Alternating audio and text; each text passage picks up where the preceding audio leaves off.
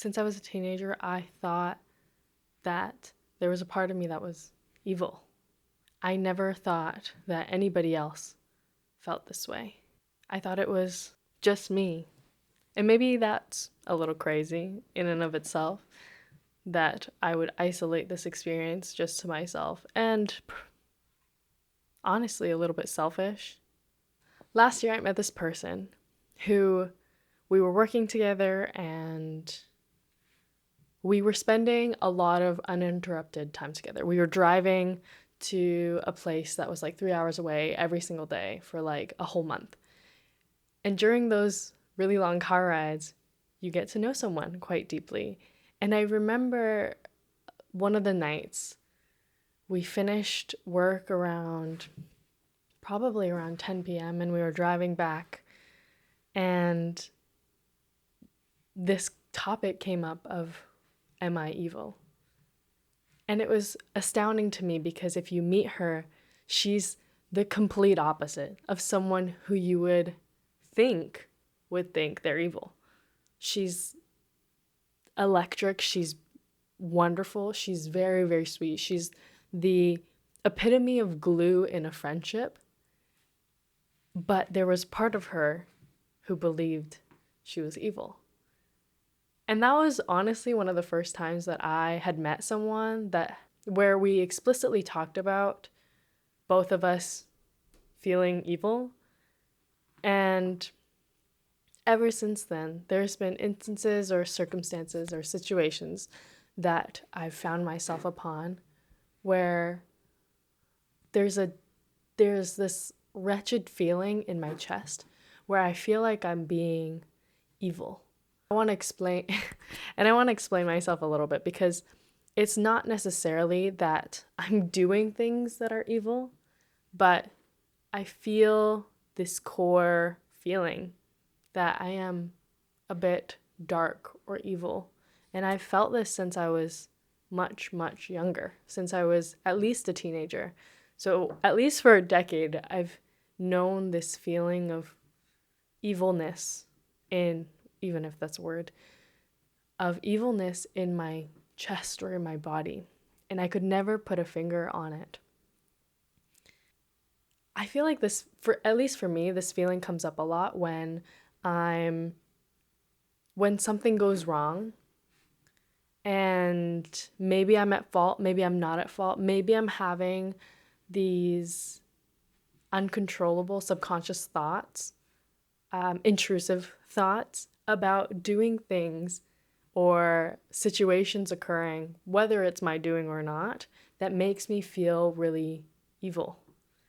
And for me, I think a lot of this, I feel like I'm processing this as I'm speaking to you about it, but I feel like the last time I felt this really deep evil feeling was when I had really bad anxiety, because a situation that I could not control was kind of spiraling.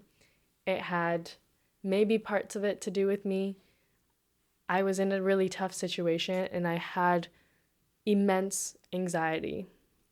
And in those instances, for some reason, I feel this evil in my chest. And especially when you're dealing with other people, when you have a difficult relationship, or a colleague isn't being nice to you, or you're not feeling you're not feeling respected by somebody, or vice versa, maybe you're doing that to somebody else, or your parents, your mom is not being nice to you, your siblings aren't being nice to you, your best friend has called you out for something.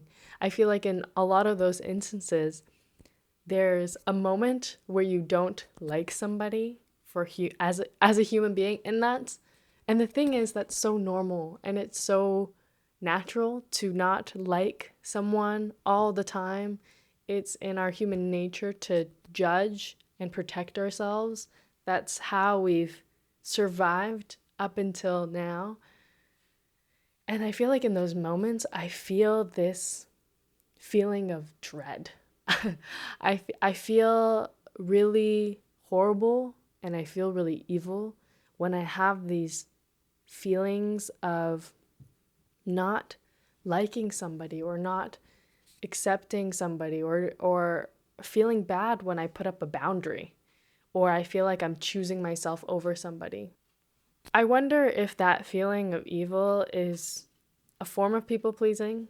I told myself for a long time that I'm not a people pleaser, but I think I put a lot of pressure on myself to accept people and to have or try to have a large capacity for different types of people. And the reality is I love people. I love connecting with people. And I think why that feeling of disconnect makes me feel evil is because I don't have any control over it a lot of the times. And I realized that this wretched feeling in my chest only happened when I felt disconnected from people or I didn't feel like I trusted somebody anymore. And it's weird because when I think about it from an outside perspective, if I take myself out of this equation and I look at it from a bird's eye view, I have nothing to do with it a lot of the time. And granted, maybe I could try more to connect or try to do things better or change or but sometimes it's not always about me having to change or force myself to behave or be a certain way in order to make a relationship easier. Anyways, that is a completely different point. But over the last decade, this feeling of evil hasn't diminished at all. It hasn't decreased, it hasn't gotten smaller. But what I've noticed a lot is that your mind likes to play tricks. And what I tell myself a lot, and maybe some of it's for self-soothing and to make myself feel better, but if I'm thinking about it and if I'm overanalyzing something, then a lot of the times it's probably a good thing and I'm probably not as horrible of a person as I think I am. For example, if I'm thinking about how terrible it was that I took the last cookie, even though everybody said I could, then I probably am not a horrible person because I have enough empathy and capacity to think about why that could why that situation could impact people negatively or make people feel maybe not as included or welcome or whatever that cookie represents. And I felt the same way with being evil. Considering I think about it a lot,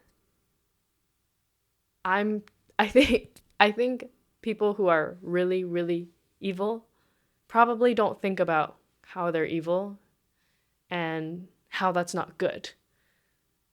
And so and what that's allowed me to do is take on radical acceptance. And I learned what radical acceptance was when I was in university, when I first went to a therapist, and they told me about how sometimes you just learn to accept things, and sometimes there's no big reason why, but you just let it go. And you just let it exist, and you just move forward. And you think about other things that you do have control over. And I feel like, oddly enough, radical acceptance has played such a huge role in my life, whether that's with my family relationships or my personal relationships, my work relationships. A lot of it has required me to just have a form of radical acceptance. Because at the end of the day, a lot of things are out of your control. You don't get to have a say in how someone responds or how someone receives an emotion that you give, or even if someone shows up on a day. You have no choice in what they wear. And sure, of course, you can have influence and you can bully someone into doing it or peer pressure someone. But at the end of the day, you actually have zero control. So, for those of you who don't know, I sometimes act in my spare time, and I have been for over a decade.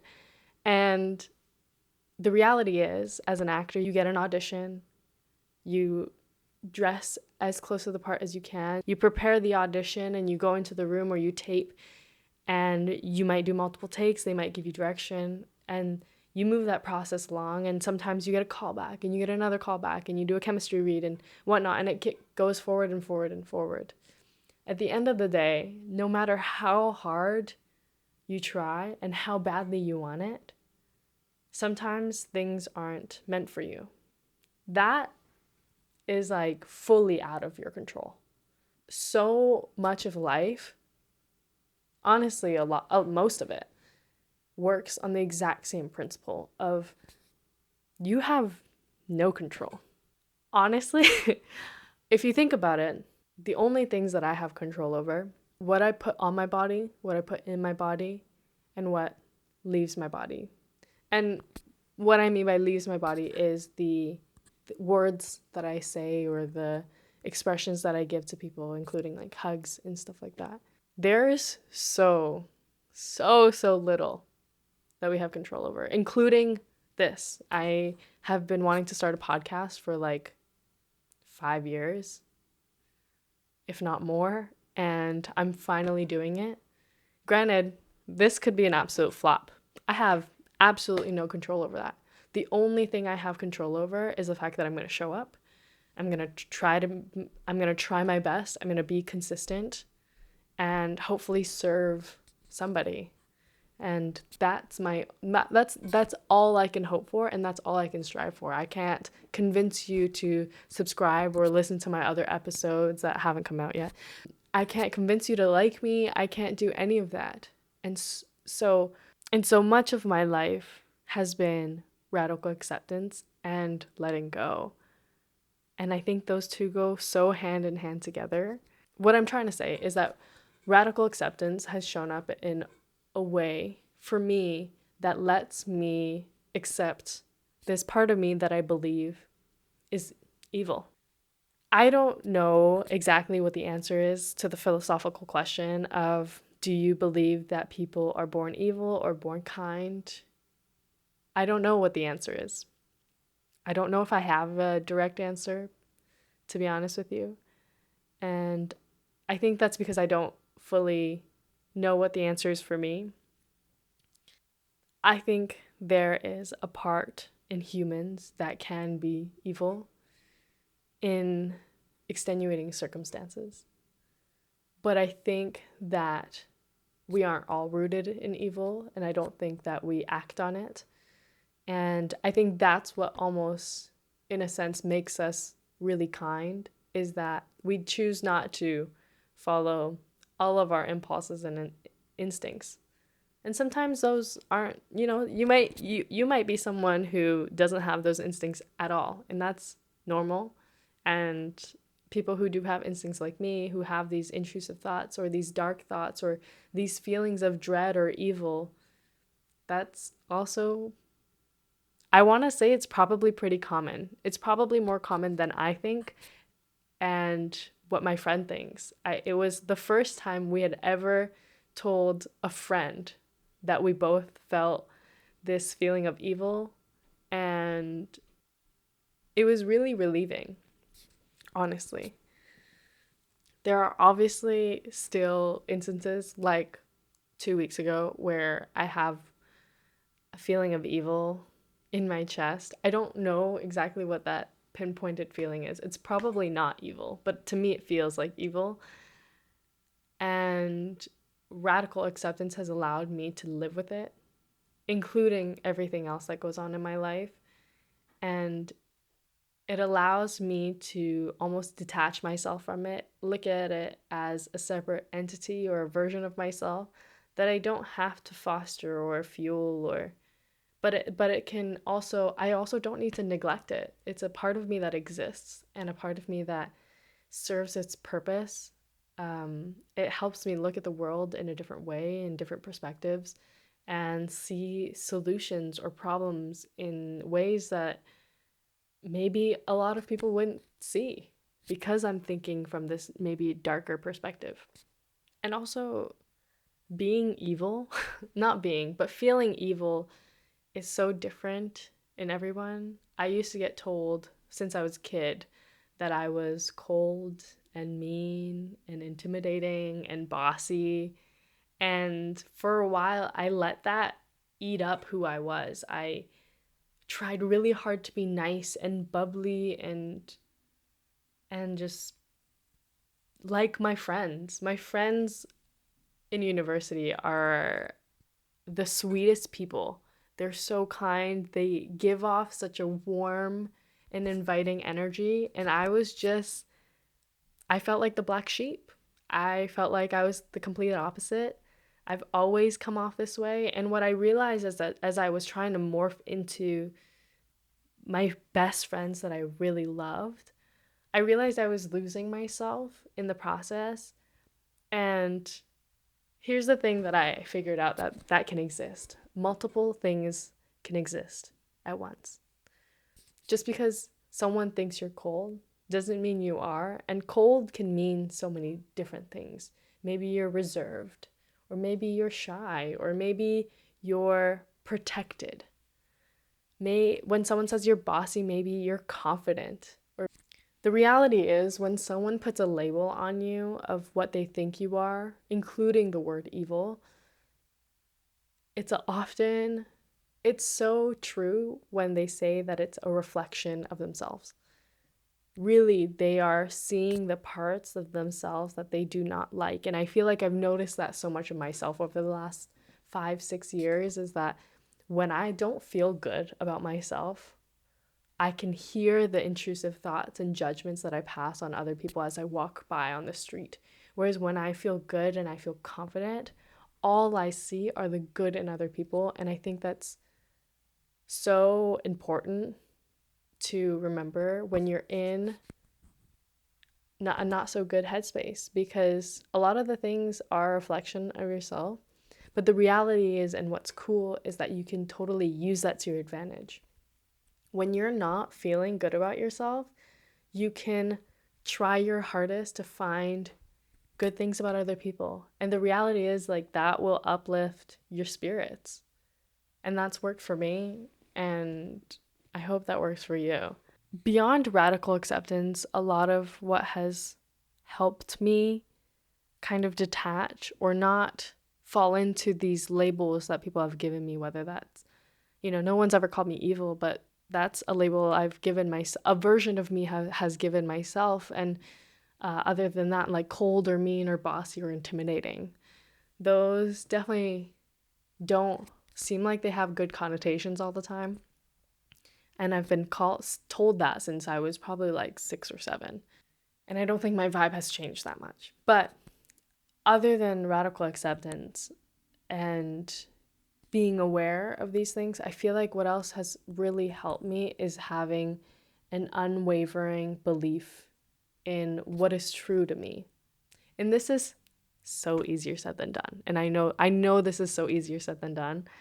But if you're good at math, like astronomically good at math, like math is your best subject in school. It is, you always get A's in, you find it easy, it's fun for you, and someone told you that you were bad at math, would you believe them?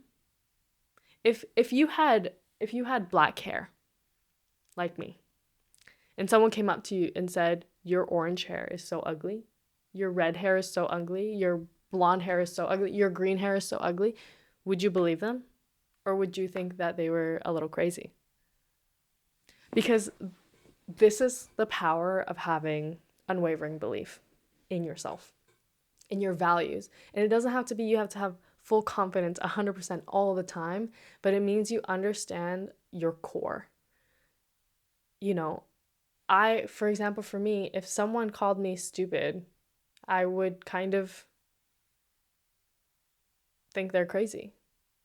Because I know, and I've known for a really long time, and it's part of my identity, that I'm someone who's quite intelligent. Do I make mistakes? Absolutely. Everyone makes mistakes. But that does not mean that I'm stupid. It's the same thing as if someone commented on my hair and said that it was ugly because it was green. I would probably laugh a little bit because that's crazy, because my hair is not green. So the simplicity of the hair thing is that they are just inherently wrong, like factually wrong. And when you believe what your core is are made up of facts, like it is a fact that I'm kind, it is a fact that I'm pretty, or it is a fact that I'm intelligent. You don't have to believe those three things specifically, but if when you believe those things, no comment can destroy you that deeply because you have this belief in your identity. Another example would be if someone called you a horrible person in a language you don't understand. You would probably just chuckle uncomfortably because you don't know what they're saying and maybe say thank you and walk away. And the reality is, because you don't understand what they're saying, the words don't have impact. And the phrase of, sticks and stones may break my bones, but words will never hurt me, or the saying of, the saying where words hurt more than sticks and stones. The reality is the words only hurt if you believe they're true and if they are facts. Again, this is so much easier said than done, and it's taken me a long, long time to get to a point where I have unbelievable belief that I am a kind person, because for a long time I didn't think I was a kind person. I thought I was mean and cold and bossy and intimidating, and I was selfish. And I thought I was unempathetic. I remember I went through this month's journey with my therapist because I told her that I was a super unempathetic person, that I couldn't relate to other people's feelings. And I said all of these things that were crazy assumptions about myself. And as we went through multiple sessions on this topic, my therapist said, Lilia, you're actually one of the most empathetic people that I know as a client. And that was like so shocking to me, because that was something that I had written off from my identity for my entire life, for almost 2 decades, honestly. And so when she told me that, sometimes it just takes one person to tell you exactly who you are for you to believe it, and it has to be from the right person at the right time. But when my therapist told me, Lilia, you are an incredibly empathetic person, something clicked. And I realized that I had an immense amount of capacity for other people. And that's what made me empathetic. A version of my empathy is not necessarily the same as everybody else's. And so a version of your kindness or your intelligence does not have to be measured in the same weight as somebody else's. Around 4 years ago, around 5 years ago, I met someone who was a role model to me. She was a photographer. She did exactly what I wanted to do. She was mixed race like me, and she was a vision of the type of person I wanted to be one day. And I remember I got to meet her, and we're friends now. Graciously, we're friends now. But back then, I was just enamored by her. And I remember she looked at me and she said, "You can do it." And I said, "Why? Why do you believe that?" And she just said, you can do it. I know you can. Just you can do whatever you want." And it's so interesting that one person can have such a drastic impact on your life, and how one person can completely shift what you know about yourself like this. Same with the way that I had thought that I was an unempathetic person, or that I'm evil, is that sometimes your brain likes to play tricks. It likes to lie. It likes to make up stories. It's like, remember when you were a kid and you had the wildest imagination. You had imaginary friends. I had some, and you would play house, and you would, like, I remember I was a dog at one point at kindergarten, and my name was Rosie, and these weird scenarios, and you believe and you make up all of these things. And to you as a kid, even though you know it's make-believe, they feel really tangible. That's how powerful your mind can be, and how imaginative it can be, or how much it can lie. I'm sure if you're someone who gets intrusive thoughts, you would relate. But it doesn't even have to be intrusive thoughts. It can be when you ruminate about a scenario. Let's say you tripped in the lobby and it was so embarrassing and everybody was looking at you. But the reality probably is that nobody was looking at you. Everybody maybe saw you trip for a second, saw that you were okay, and went about their day. And they probably already forgot about you by now.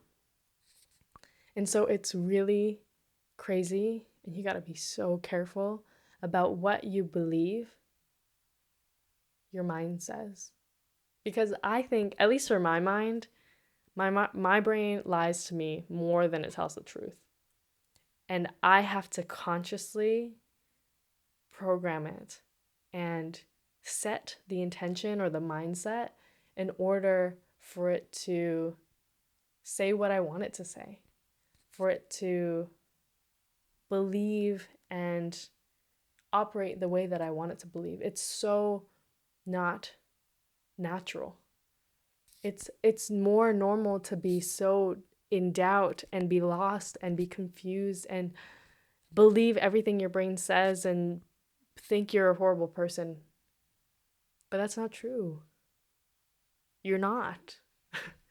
And it's a lot of work, but you have to keep almost fighting yourself, fighting your subconscious with your conscious brain to train yourself to make these intrusive thoughts in a way that would benefit you. Do I think that I'm evil? Maybe. Yeah, probably a little. Do I care what everybody else thinks about it? No. And frankly, it doesn't matter. It's not up to me to know or understand why people think that I'm evil, or if they do at all. Because at the end of the day, I believe that I'm still a good person and that I try my best and I show up. And even if there is an ounce of truth in the fact that I am evil, that's okay. We'll deal with it. We'll move forward. We'll accept it. We'll embrace it with open arms and we'll push right through it. And we'll figure out solutions or use it to my advantage in somehow. Because even if you're evil, I think it's about intention and truth and whether you have control over what you do, what you say, how you go about your day. And so, do I think everyone's evil? Yeah, to a degree. Do I think that a lot of people show it? No. I don't think we show it as much as we think we do either. Because at the end of the day, your thoughts are just your thoughts. They are not true and they are not facts. And just because you think it does not mean it needs to come to fruition all the time. And what's cool is you get to choose. You get to choose if you want to have a radical, meaningful life or a completely meaningless life, whatever that means to you. And whatever you decide is completely in your control. And you get to perceive it exactly how you like it. If you enjoyed episode 1 and you got something out of it, please share it with a friend. I would appreciate it so much. And I will see you guys again next week for another episode.